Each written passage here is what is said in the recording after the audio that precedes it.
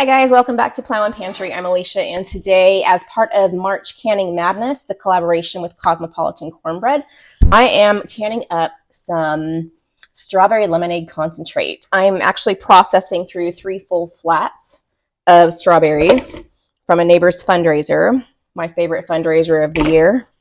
I'm doing this today for March Canning Madness, and I will link Cosmopolitan Cornbread below so you can see she has a playlist of everyone participating in this collaboration. So I will post another video with everything else I'm doing with the strawberries. So if you want to check back in a few days, you can see what I've done to process through 3 flats of strawberries. I'm going to puree these for the strawberry lemonade concentrate. I need 6 cups of pureed strawberries.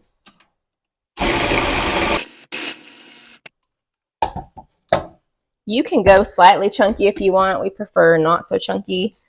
Sometimes in the summer when I actually reconstitute this, I will make, if I have some, especially if I have strawberries in the garden, but even if they're on sale at the store, I will make a couple of muddled fresh strawberries to mix in with it, which kind of gives it new life. I need at least, let's see, I'm at like 2.5 cups. So I need at least 2, if not 3, or in between of these food processor fulls of strawberry.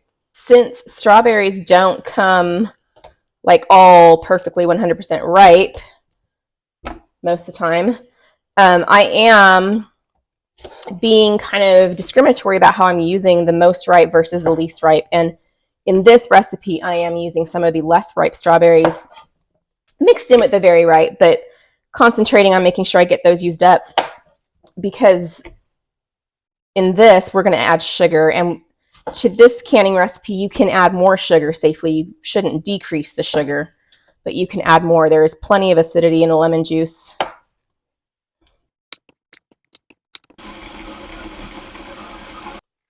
I did go ahead and do a whole nother, I don't know, carafe, I guess, of the strawberries, even though I didn't need all that much because I'm going to do jam after this, and I will need more pureed strawberries, so just fill it up and do it. All right, get this over to the stove and start making the lemonade concentrate. Last year was the first year I canned strawberry lemonade concentrate. I had made it before and frozen it, but I didn't know you could can it until I came across someone else doing it last year. But it is very convenient to have it ready to just dump in a pitcher with water, muddle a few extra strawberries if you want for freshness, or toss in some mint or something, pour it over ice, and you've got the stuff right there and ready. I do have my sugar bucket here today from downstairs. My sugar jar up here is getting empty, so I needed to bring this anyways. Figured I would just use, I'm using a lot of sugar today, that I would just use this and then refill my bucket after I am done with today's strawberry shenanigans. All right, I need, all right, 6 cups of sugar. So 6 cups of strawberries, 6 cups of sugar, 1, 2, 3. See, I'm counting so that if I forget, I can go back to the video and see. 4. One of the ways I try to keep track when I'm doing a bunch of scoops, 5, is pour them in piles in different spots so I can recount the pile. That's for something different. 6. Okay. And then I need 4 cups of lemon juice. And I had to run to the store because I am down. We just had a pantry challenge, and I have not yet been back to Costco to get my favorite lemon juice. And I am down to the last few bits of it. You do want to use bottled lemon juice. It has a more consistent acidity level. This recipe, by the way, is from the Ball Canning website. I can link that for you below. Oh, Lord. I wasn't sure.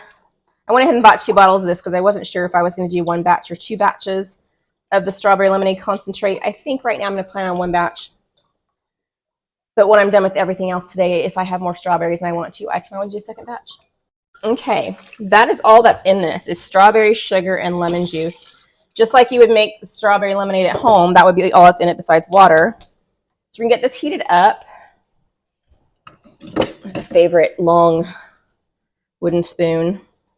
Get this heated up and the sugar dissolved. And with this one, the difference between this and like a jelly is you don't want to bring this to a boil. You bring it to 190 degrees, and that is where you need it to make sure that it's safe. You don't want to let it boil. You don't want it to start to gel at all, because that will happen. Let this hang out and start to dissolve that sugar. I have some chunks in here that didn't get all the way pureed, and I don't mind that. I can either muddle those later. They disintegrate a little bit while they're canning because of all the heat, but I don't need to. Like the family member that likes the chunks can pull those out and put them in their stuff. I like to strain mine. I like the smooth. Which team are you? Are you team smooth lemonade or are you team chunky lemonade? Let me know in the comments. My family is divided on this issue. All right, let's see what temperature we're at.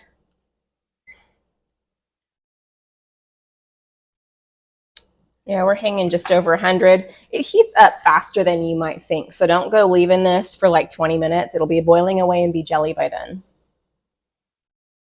Okay, we just got to 190. Perfect, so we are going to turn that off. And now I'm going to get my jars out of the canner here. They've been sterilizing in there. Scoot this forward so I can reach it better.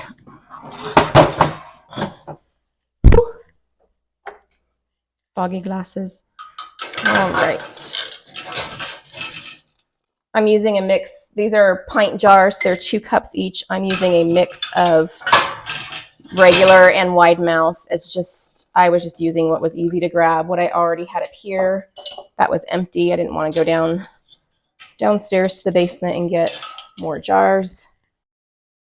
And I'm going to go ahead and use a funnel and my ladle for this because I normally like to pour whatever I can in canning into the jars with a pitcher, but in this case, because there's chunks of strawberry in there, I don't want to get it splashing all over the place. The strawberry lemonade concentrate has a 1/4 inch headspace allowance. That's what you want to see on there.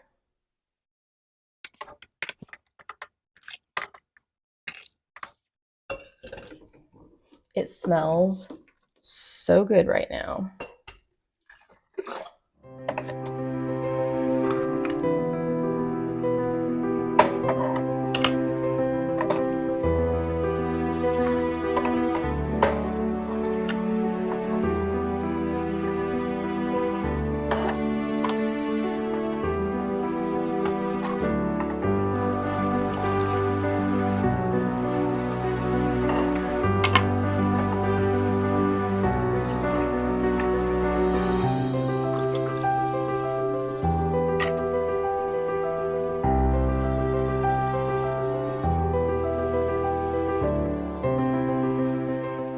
It smells so good in here.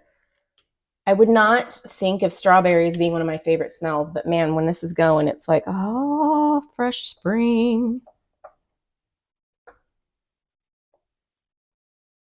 Okay, I am still a little low in 2 of these. Just enough, it looks like. That one.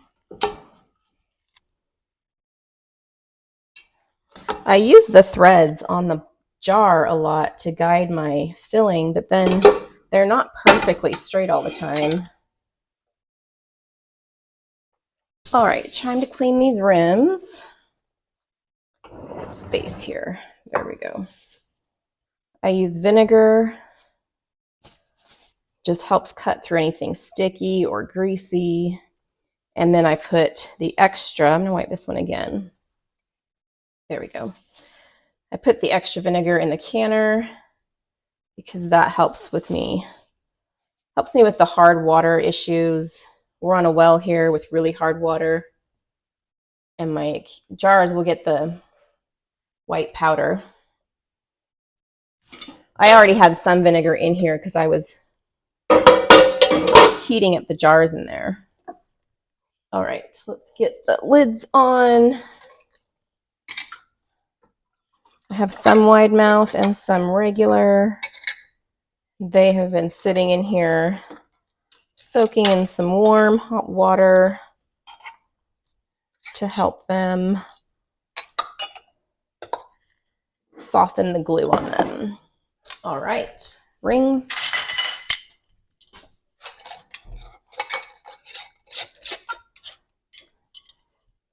Fingertip tight.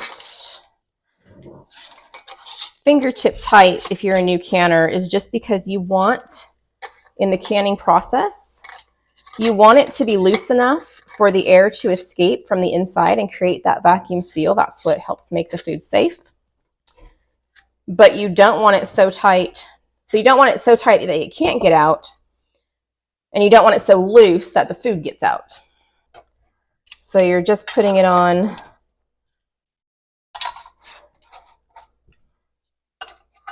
I put it on until it doesn't move anymore, like this. Sometimes I hold it still just because I'm that way, but I'm not like, All right, we're gonna get these in the canner.